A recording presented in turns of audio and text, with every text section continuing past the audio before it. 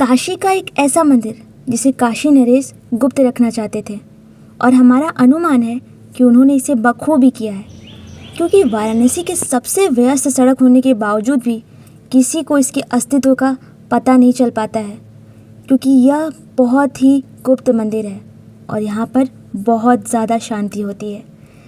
काशीराज काली मंदिर गौदौलिया चौक के पास व्यस्त बांस फाटक रोड पर स्थित है।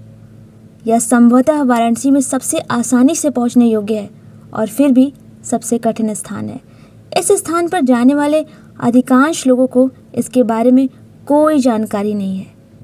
काशी नरेश द्वारा निर्मित 200 साल पुरानी संपत्ति शाही परिवार के लिए एक निजी मंदिर के रूप में कार्य करती थी। का व्यापक रूप से नक्काशीदार द्वारा उस समय की वास्तुकला की महारत का स्पष्ट उदाहरण है। पहली नज़र में यह एक पुराने घर जैसा दिखता है, लेकिन एक बार जब आप आसपास के क्षेत्र में प्रवेश करते हैं तो आपको एहसास होगा कि यह उससे कहीं ज़्यादा सुंदर है। जैसे ही आप अंदर जाते हैं, एक हिप्पी कैफ़े आपको सूक्ष्म वृक्षारोपण और आरामदायक बैठने की जगह के साथ स्वागत करता है।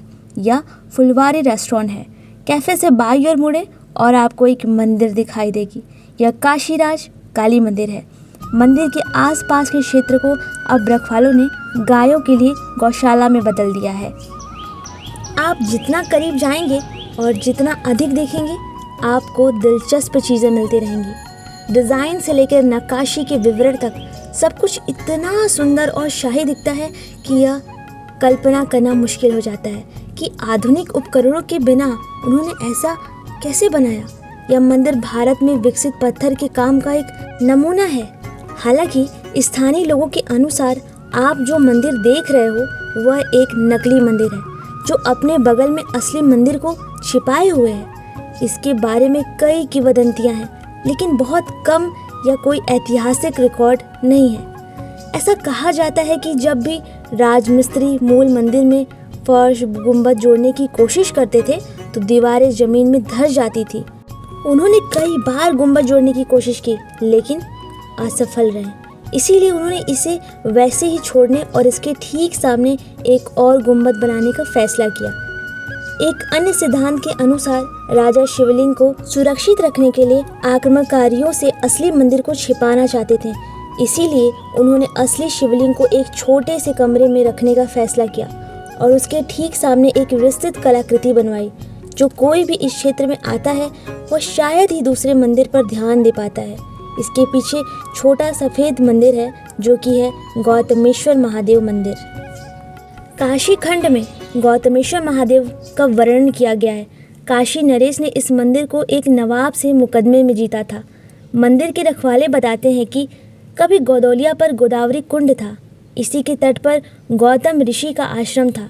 वहीं पर गौतमेश्वर महादेव का मंदिर था। कहा जाता है कि जिस जमीन पर मंदिर था वो जमीन किसी नवाब की थी। वहाँ पर मुसलमान चाकू तेज करने का काम करते थे।